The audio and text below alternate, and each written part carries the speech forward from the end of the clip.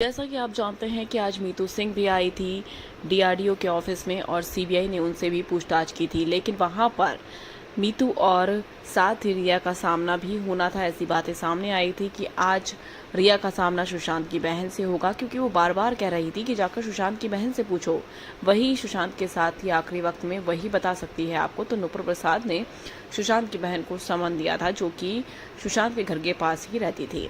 लेकिन यहाँ पर जब मीतू पूछताछ के लिए पहुंची तो मीतू ने पूरा केस ही पलट कर रख दिया।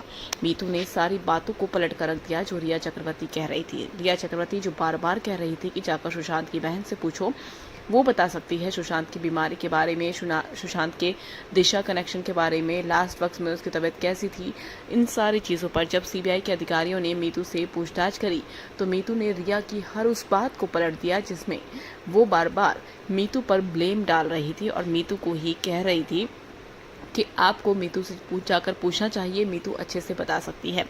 मीतू से जब पूछताछ हुई तो मीतू ने सीबीआई को क्लियर कर दिया कि मेरा भाई बिल्कुल ठीक था, मैं 8 तारीख को जब गई तब ये जाकर छोड़कर जा चुकी थी। तब मैंने सुशांत से बात करी, सुशांत बिल्कुल सही था, नॉर्मल था, खाना खा रहा था। 9 जून को, 10 जून को, 11 जून को बिल्कुल ठीक था, लेकिन 13 उसके आगे भी वो ठीक था। 12 जून को मैंने उससे कहा कि मैं अपनी बच्चों के पास जा रही हूँ, मेरे बच्चे छोटे हैं, तो भी वो बिल्कुल ठीक था। कहीं से भी ऐसा नहीं लगा कि वो ड्रग्स ले रहा है या फिर वो बहुत ज़्यादा बीमार है। और साथ ही इसका जो दावा है कि उसकी तबीयत ख़राब थी, उसको डिप्रेशन था, ड्रग ले रहा था, ये सारी चीज़ें झूठ हैं। मीतू ने क्लियर कहा है कि मेरा भाई बिल्कुल ठीक था और मैं उसके साथ आखिरी वक्त में जब थी तब बाकी सारी चीज़ें ठीक थी, लेकिन मेरे जाने के बाद ऐसा क्या हुआ मुझे भी समझ में नहीं आया।